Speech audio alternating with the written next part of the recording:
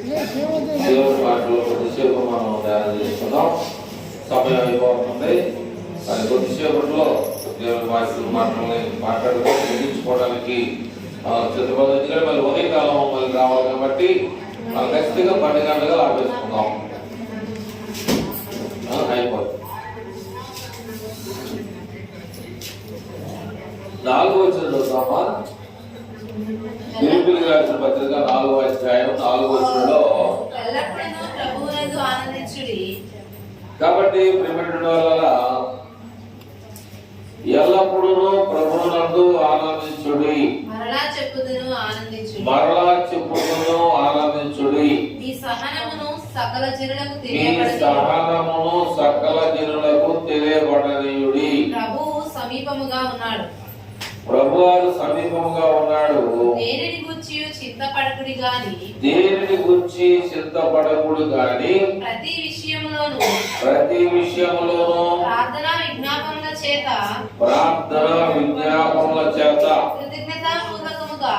కృతజ్ఞతాపూర్వకముగా మీ విన్నపములు దేవునికి తెలియజేయుడి. మీ విన్నపాలు దేవునికి తెలియజేయాలి. కనుక 4వ వచనంలో అపోస్తలుడైన పౌలు ఫిలిప్పీయుల సంఘానికి తెలియజేస్తా ఉన్నాడు. ఫిలిప్పీయుల సంఘానికి తెలియజేస్తా ఉన్నాడు. ఏమనంటే ఏం చేయమన్నాడు?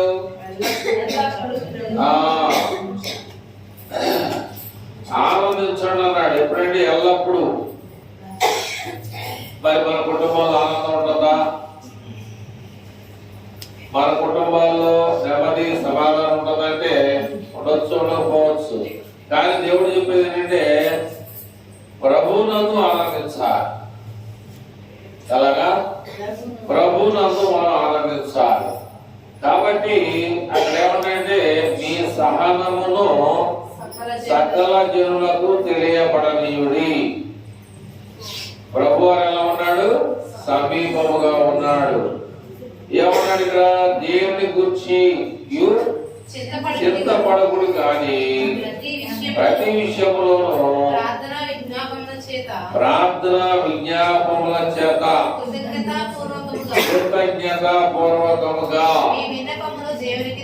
మీ విన్నపాలు దేవునికి తెలియజేయాలన్నాడు. అయితే కొన్ని విషయాలు మనం దేవుని ద్వారా మనం తెలుసుకుందాం.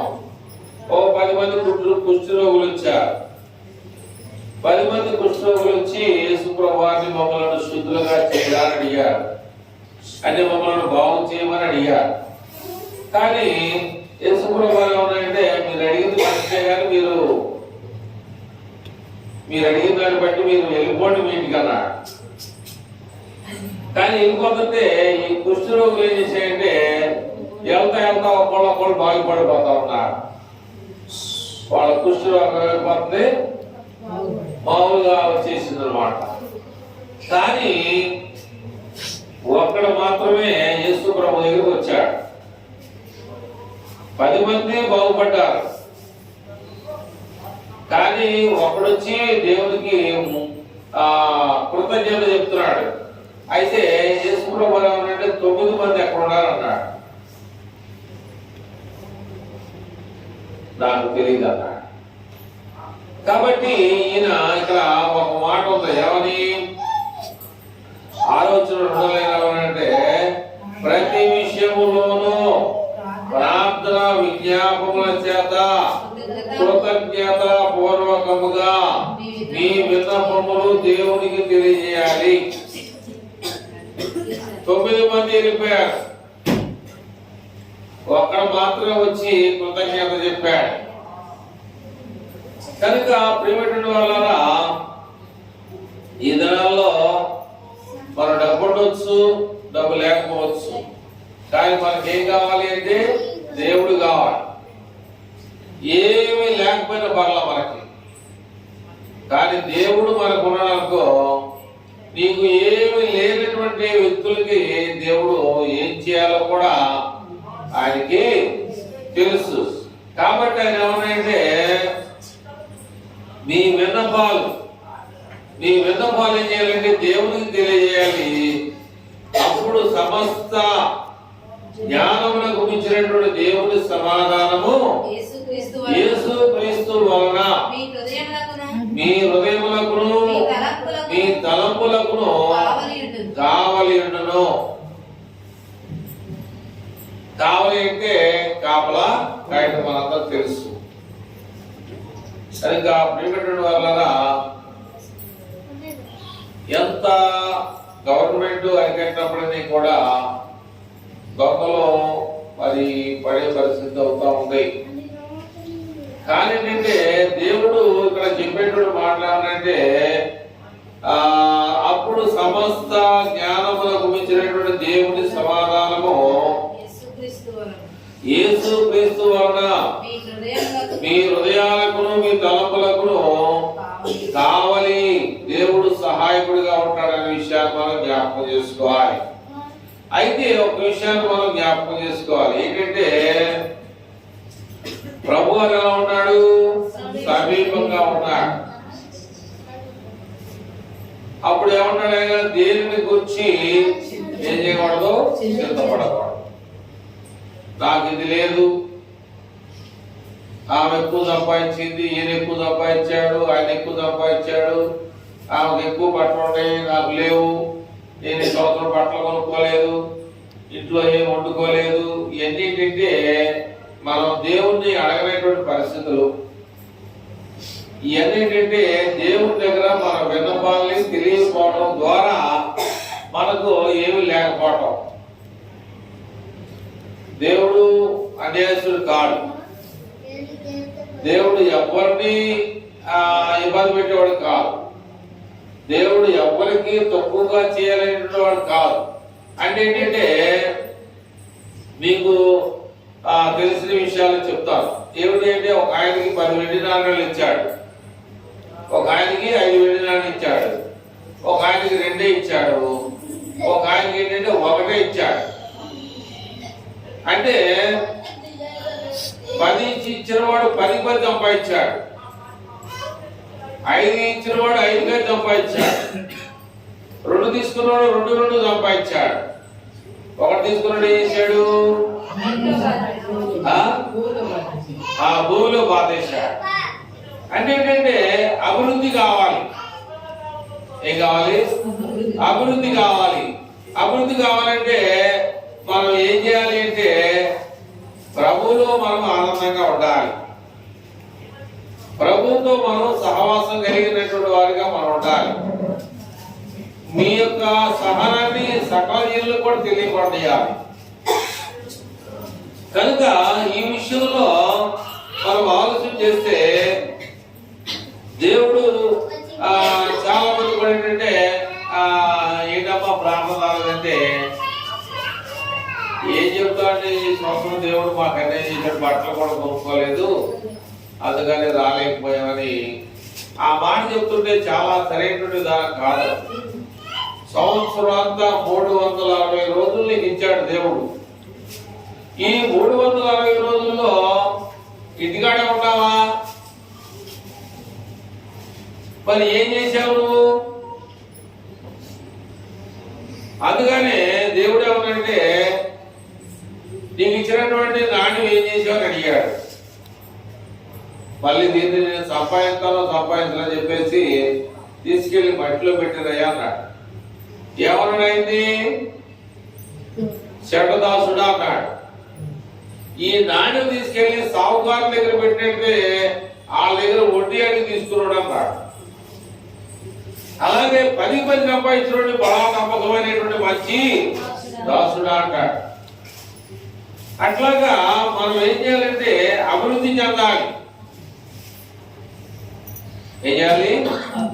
అభివృద్ధి చెందాలి. అభివృద్ధి చెందే దాంట్లో మనం దేవుని పాత్ర మనం తీసుకోవాలి. దేవుని యొక్క పాత్ర మనం తీసుకోకుండా అభివృద్ధి చెందాలనడం అనేది అది చాలా కష్టమైనటువంటి పని.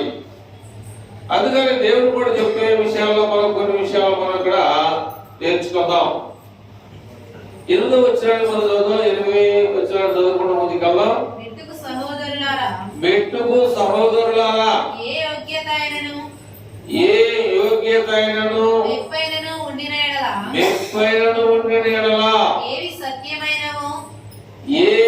సత్యమైనవు, ఏవి మాన్యమైనవు, ఏవి మాన్యమైనవు, ఏవి న్యాయమైనవు, ఆ? ఏవి న్యాయమైనవు, ఏవి న్యాయమైనవు, ఏవి పవిత్రమైనవు, ఏవి పవిత్రమైనవు, ఏవి రమ్యమైనవు, ఏవి రమ్యమైనవో, ఏవి ఖ్యాతి గలవో, ఏవి ఖ్యాతి గలవో వాటి మీద ధ్యానముంచుకొనుడి. వాటి మీద ఏం చేయాలి? ధ్యానం అంటే మనసు పెట్టాలి. కనుక ప్రియమైనటువంటి వల్ల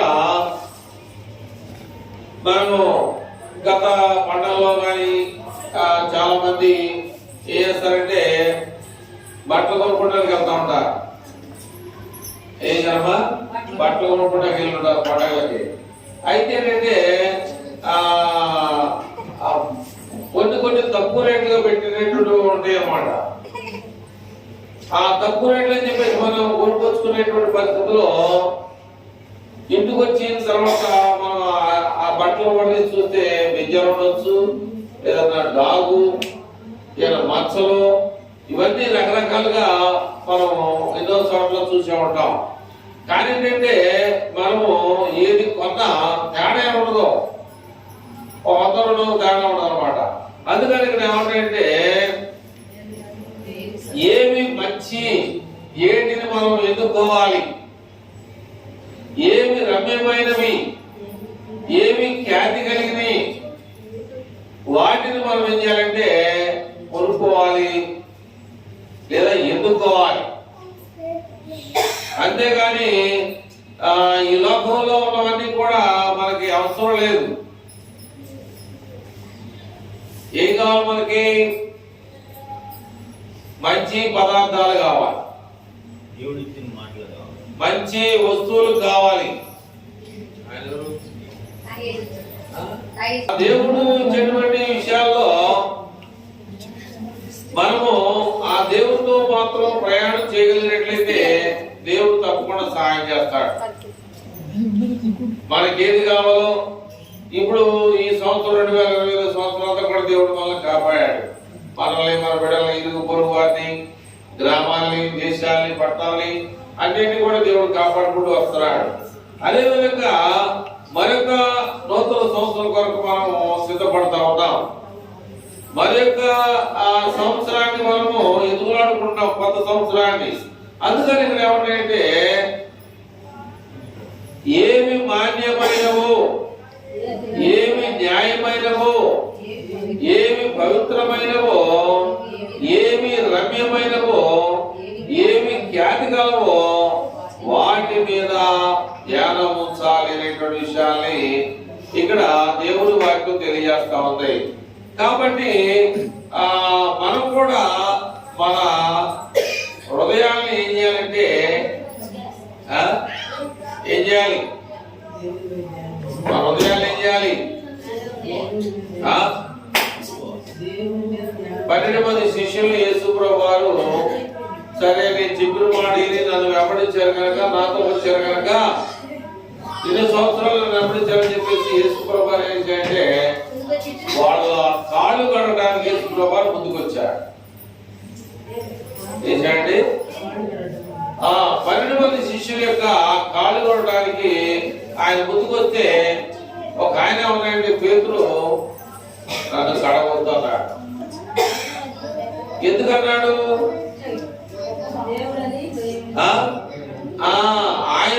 ఆయన ఎవరో, ఆయన ఎలాంటి వాడు, ఆయనలో ఉన్నటువంటి గుణ లక్ష్యాలు, ఆయన యొక్క తత్వం ఏంటో తెలిసి ఏమంటే నన్ను నువ్వు కడగొద్దు అన్నాడు. అప్పుడు యేసుప్రభువు వారు ఏమనంటే నిన్ను నేను కడగకపోతే నువ్వు శుద్ధుడుగా కాలేమన్నాడు. అయితే అప్పుడు ఏమనంటే నడి నెత్తు నుండి అధికాల వరకు నన్ను కడుగన్నాడు. అట్లాగా మరి పాత సంవత్సరం వెళ్ళిపోతా ఉంది, పాత సంవత్సరం వెళ్ళిపోతా ఉంది. మరి మన జీవితంలో ఏం కావాలి? నూతన జీవితం కావాలి, నూతన యొక్క స్వభావం కావాలి, నూతన యొక్క ఆలోచనలు కావాలి. అవి ఎలా వస్తాయి అనేది మనకి ఎలా వస్తాయి? కొత్త ఆలోచనలు, కొత్తగా జీవించడం ఎలా వస్తాయి? ఎట్లా వస్తాయి కొత్తగా? శాంతి తెలుసా నీకు? కొత్తగా ఎలా వస్తాయి? మార్కెట్లో దొరికియా? ఎవరు నమ్ముతారా అంటే ఎవరు అమ్మరాయి. అవి ఎక్కడుంటాయంటే ఒక దేవుళ్ళలోనే ఉంటాయి, దేవుడు వాక్యంలోనే ఉంటాయి తప్ప మనమంతా మనం తెలుసుకోలేము. కాబట్టి యేసు ప్రభువు ఏం చేయంటే యోధా మతానికి అధికారిగా ఒక ఆయన ఉన్నాడు.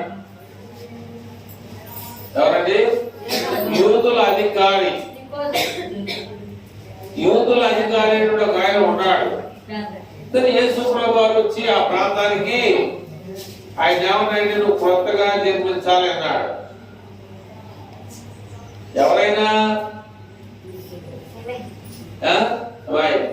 ఎక్కడున్నారు? ఏమన్నాడు? నువ్వు కొత్తగా జన్మించాలని ఎవరిని అడిగాడు యేసు ప్రభు? యూదుల అధికారి అయినా చెప్పాలి. నికోదేముని అడిగాడు. ఆయనకి ఏముంది? యూదా మతానికి అధికారి. అర్థమైందా? యూదుల అధికారి అని ఉంది కదా, ఇప్పుడు బైబిల్లో చెప్తున్నా. యూదుల అధికారి అయినటువంటి నికోదేముని యేసు ప్రభువు వచ్చాడు కొత్తగా జన్మించాలి అన్నాడు. ఆయన ఏమనుకుంటాడంటే నేను మళ్ళీ ఒక కేజీ 1 కేజీ అయ్యి మళ్ళీ మా అమ్మ కడుపులోకి వెళ్ళి మళ్ళీ నేను పుట్టాలా అంటాడు ఆయన. అట్ట కాదయ్యా, నువ్వు కొత్తగా జన్మించాలంటే ఒకడు నీటి మూలముగాను ఒకడు ఆత్మ మూలముగాను జన్మిస్తేనే వాడు దేవుని రాజ్యానికి హక్కుదారుడు లేక వారసుడు అవుతాడన్నాడు.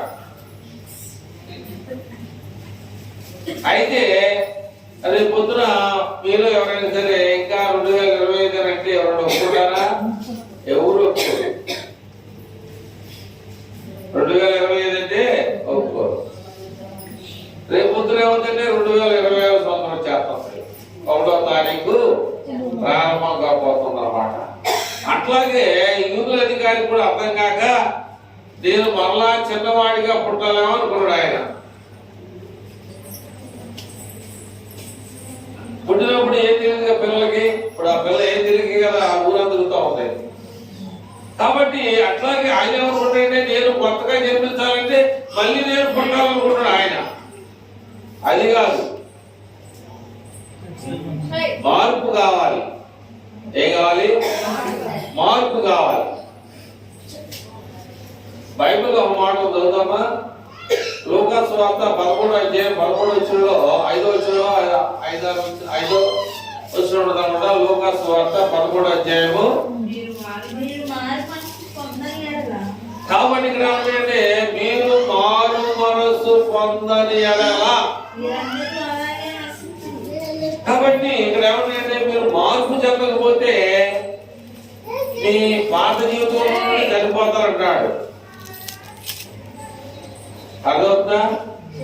మీరు మారు మనసు అనేది పొందకపోతే పాత జీవితంలో నుండి మీరు నష్టపోతారంటాడు. కాబట్టి అందుకని పేతురు కూడా ఏమన్నాడు? శుభ్రంగా ఏం చేయమన్నాడు? కడగమన్నాడు. మనం ఇల్లు శుభ్రంగా ఎక్కడ భూజులు కడుగుతాం, శుభ్రంగా భూజులు దులుపుతాం, తప్పని అట్లా. కానీ ఏం కడగాలి? మన హృదయాన్ని కడుక్కోవాలి. అదే ఆయనకు కావాల్సింది. ఎవరికి?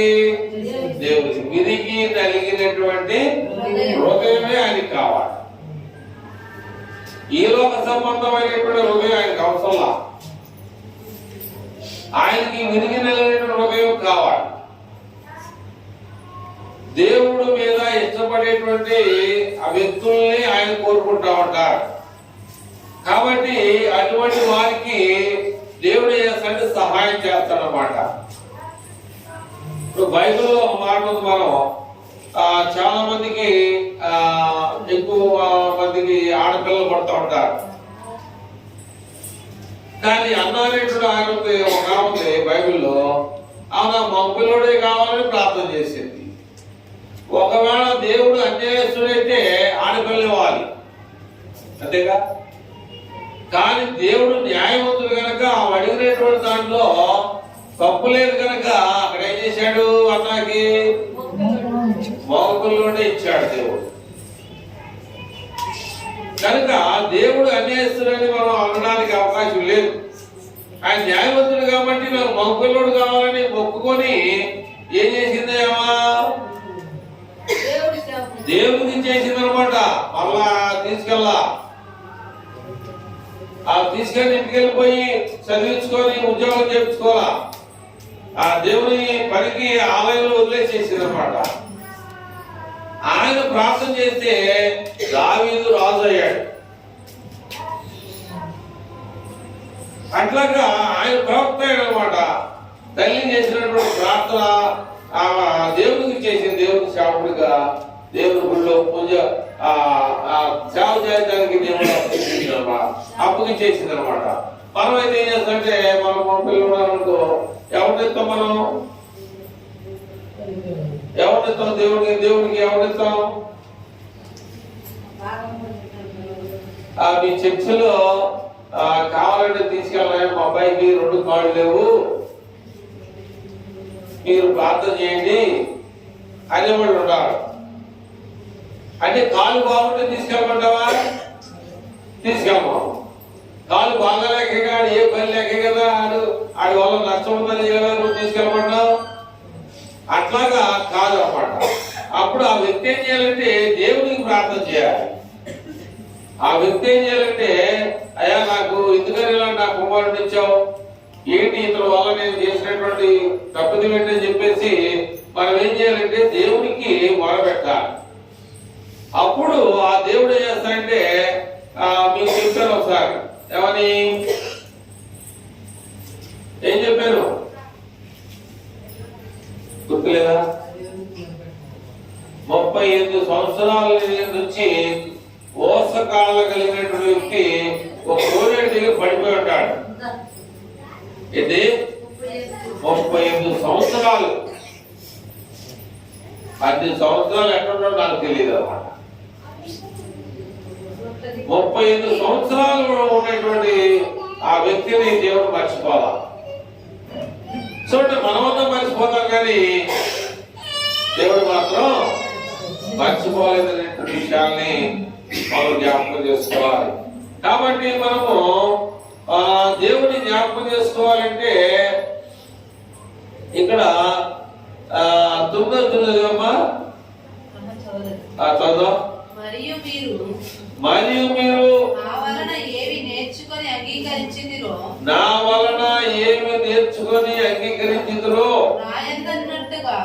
నా యందున్నట్టుగా ఏమి మీరు విన్నారో ఏమి ఏటిని మీరు చూశారో అట్టి వాటిని చేయుడి.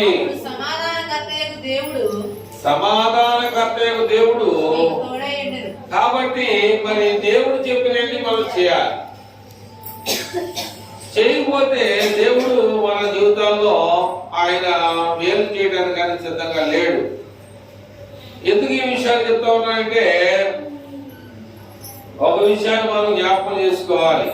ఇక్కడ ఫిలిప్పీలకు రాసినటువంటి పత్రికలో ఒక మాట మనం చూద్దాం. ఫిలిప్పీలకు రాసిన పత్రిక 3వ అధ్యాయం 7వ వచనంలో, ఆయనను చూడండి, ఇక్కడ ఏమంటే ఏమేమి నాకు లాభకరములై ఉండెనో కాబట్టి లాభం కలిగినటువంటి అన్ని కూడా క్రీస్తు నిమిత్తం చేసే నష్టముగా ఎంచుకున్నాడు. నిశ్చయముగా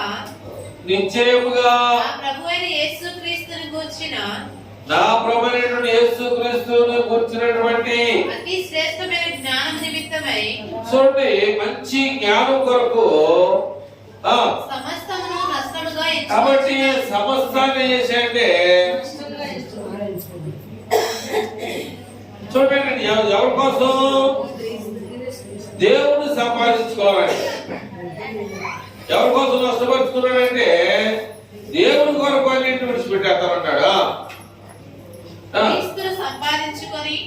క్రీస్తును సంపాదించుకొని ధర్మశాస్త్ర మూలమైన నా నీతిని గాక ధర్మశాస్త్ర మూలమైన నా నీతి కాక క్రీస్తునందరి విశ్వాసము వలనైన నీతి క్రీస్తునందలి విశ్వాస మూలమైన నీతి అనగా విశ్వాసమును బట్టి దేవుడు అనుగ్రహించు నీతి గలవాడనై విశ్వాసమును బట్టి దేవుడు అనుగ్రహించు నీతి గలవాడనై ఆయన యందు అగపడు నిమిత్తమును అంటే దేవుణ్ణి నేను కనపడే విషయంలో ఏ విధము చేతనైనను ఏ విధము చేతనైనను మృతులలో నుండి నాకు పునరుద్ధానము కలుగవలనని మృతులలో నుండి నాకు పునరుద్ధానము కలుగవలనని ఆయన మరణ విషయంలో ఆయన అంటే క్రీస్తు మరణ విషయంలో సమానానుభవం గలవాడనై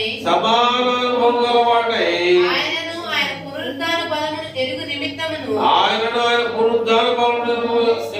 ఎరుగు నిమిత్తము ఆయన శ్రమలలో పాలువాడనగుట ఎట్టిదో ఆయన శ్రమలలో పాలువాడగుట ఎట్టిదో ఎరుగు నిమిత్తమును సమస్తమును నష్టపరుచుకొని సమస్తాన్ని నష్టం చేసుకొని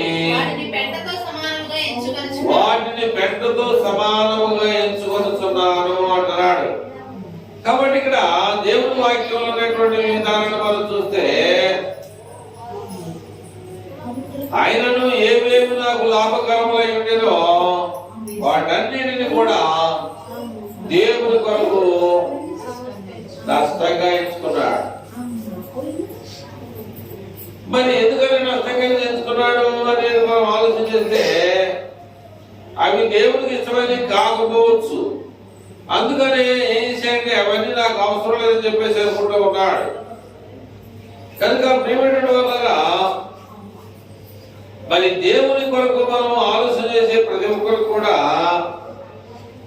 3:20 ఏమున్నాయంటే ఫిలిప్పీయులకు రాసిన పత్రిక 3:20 మన పౌరస్థితి పరలోకమందున్నది. అక్కడ నుండి ప్రభువైన యేసుక్రీస్తును రక్షకుని నిమిత్తమును కనిపెట్టుకొని ఉన్నాము. సమస్తమును తనకు లోపరుచుకొన చాలిన శక్తిని బట్టి ఆయన మన దీన శరీరమును తన మహిమగల శరీరమునకు సమరూపము గలదానిగా మార్చును. కనుక ఇక్కడ దేవుని యొక్క వాక్యం మనందరం కూడా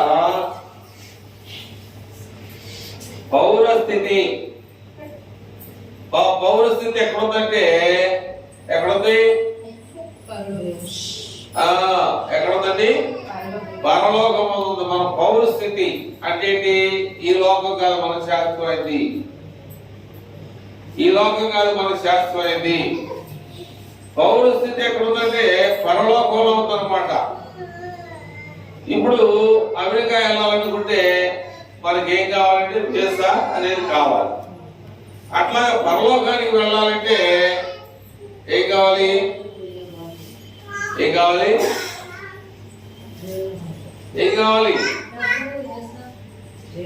దేవుని దగ్గరికి వెళ్ళాలి అంటే పరలోకం మన ఇక్కడ రాసిన మన పౌరస్థితి ఎక్కడుందంటే పరలోకం వద్ద ఉంది.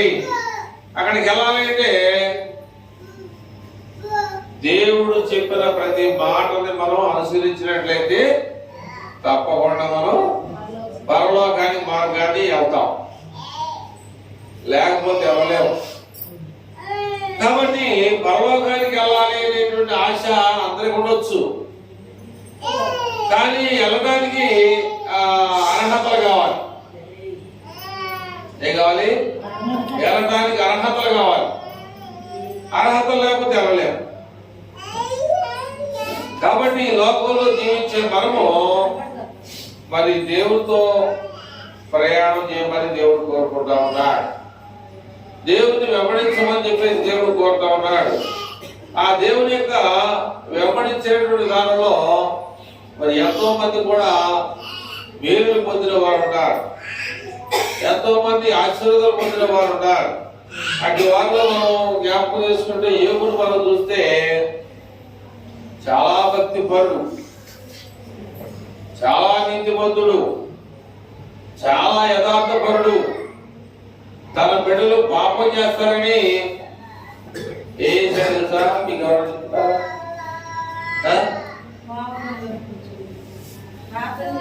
తన బిడ్డలు పాపం చేస్తారని ఏం చేశారు మీకు ఎవరు తెలుసా?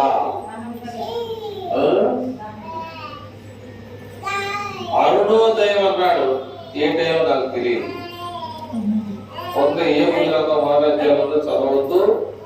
అరుణోదయాన్ని లేచి తన బిడ్డల కొరకు అప్పుడు చేసేవాళ్ళు అంటే బలులు అర్పించేవాడు. అరుణోదయం అంటే అది ఎన్ని గంటలో నాకు తెలియదు. దాంట్లో ఉంది బైబిల్లో. అరుణోదయాన్ని లేచి తన బిడ్డలు ఏ విషయంలో తప్పిపోతారని, తన బిడ్డలు ఏ విషయంలో పాపం చేస్తారని, తన బిడ్డలు ఏ విషయంలో తప్పు మార్గం నడుస్తారని చెప్పేసి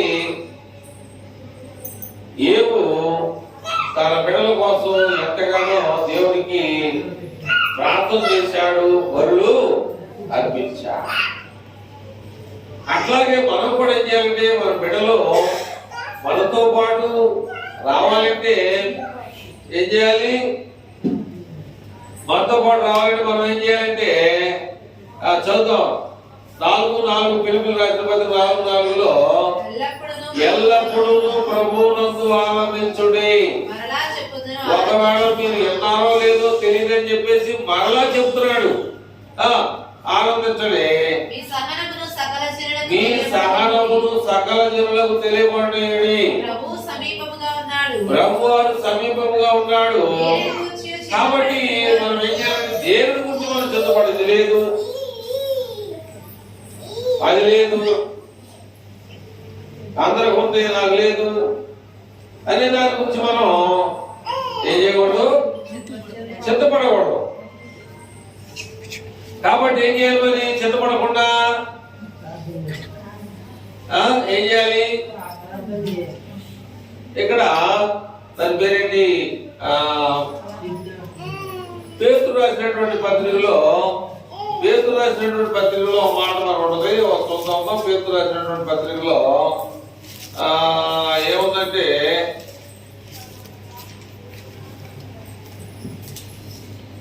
పేతురు రాసినటువంటి పత్రికలో ఏమన్నాడు? ఒక మాట ఎక్కడ ఉందంటే నీ చింత యావత్తు అన్నట్టు ఉంటది. ఇక్కడ 5:7 ఏమంటే చూడండి, ఆలోచన చేయండి. ఆయన ఎవరు? దేవుడు. మరి మీరు ఎవరున్నారు? దేవుడు నాకు అన్యాయం చేసేయడానికి మీరు అనుకోవచ్చు. అర్థమవుతుందా? ఒక 5 నిమిషాలు పదం. ఇప్పుడు ఇక్కడ ఏమైనా చేయంటే ఆయన అంటే దేవుడు ఆయన మిమ్మల్ని గురించి చింతిస్తున్నాడు కనుక మీ చింత యావత్తు ఆయన మీద వేడియా. నిబ్బరమైన బుద్ధి గలవారే మెలకువగా ఉండండి అన్నాడు. కాబట్టి మన చింత యావత్తులు కూడా ఏం చేయాలంటే దేవుని మీద వేయాలి. కాబట్టి అప్పుడు ఏం చేస్తారంటే ఆలోచనలో ఉన్నాడు. దేవుడు తగిన సమయమందు మిమ్మల్ని హెచ్చించినట్లు ఆయన బలిష్టమైన చేతి క్రింద ఎప్పుడు మనకు సహాయం చేస్తాడో తెలియదు. ఏం చేయాలి? ఆయన ఏమన్నాడు? ఆయన బలిష్టమైనటువంటి చేతి కింద ఏమైనా దీన మనసు కలిగి ఉండాలి. దీన మనసు కలిగినటువంటి వారికి మనం ఉండాలి. ఇక్కడ యేసు ప్రభువు కొన్ని దళితులు చెప్పాడు. ఏమిటి ఆ దళితులు అంటే 5వ అధ్యాయంలో మత్తయి సువార్తలో కొన్ని విషయాలు చెప్పాడు.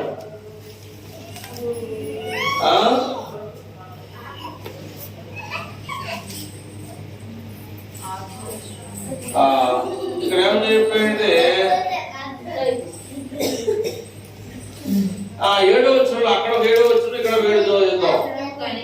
కనికరము గల వారు ధన్యులు, వారు కనికరాన్ని పొందుతున్నారు. కాబట్టి ఇందాకేం చెప్పాను?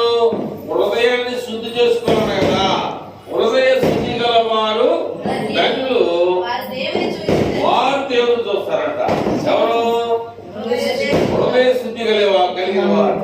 అంటే పేతురు ఏమన్నాడు? ఎవరు పేతురు? నన్ను శుభ్రంగా కడుగయ్యాక. అట్లాగా మనం కూడా ఏం చేయాలంటే దేవుని కొరకు మనం ఏం చేయాలంటే మన హృదయాన్ని అర్పించుకోవాలి, లేదా శుభ్రపరచుకోవాలి, లేదా మార్పు చెందాలి, మారు మనసు పొందాలి. అప్పుడు ఆయన దీనమైన బలిష్టమైనటువంటి చేతి కింద మనం దీన మనం కలిగినటువంటి వారు ఉన్నట్టయితే తప్పకుండా దేవుడు మనందరినీ కూడా హెచ్చిస్తాడు అనేటువంటి విషయాన్ని జ్ఞాపకం చేసుకుంటూ, ఇక్కడ మరి ఈ పొరలో చూడండి మారిద్దాము ఒకసారి. వాళ్ళు అందుకంటే అమ్మగా వెళ్తున్నారు.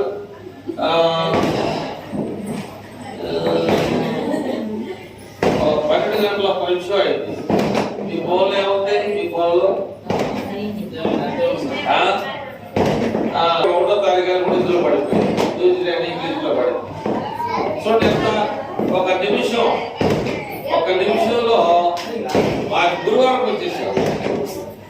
వాళ్ళు దయచేసి చేసుకుని వాళ్ళు ఒక సంవత్సరంలోకి వచ్చేసి అని చెప్పేసి వాళ్ళు ఆనందంలోకి ముందుకు వచ్చేసారు. అలాగే మనం కూడా ఈ కార్యక్రమంలోకి ముందుకెళ్దాం.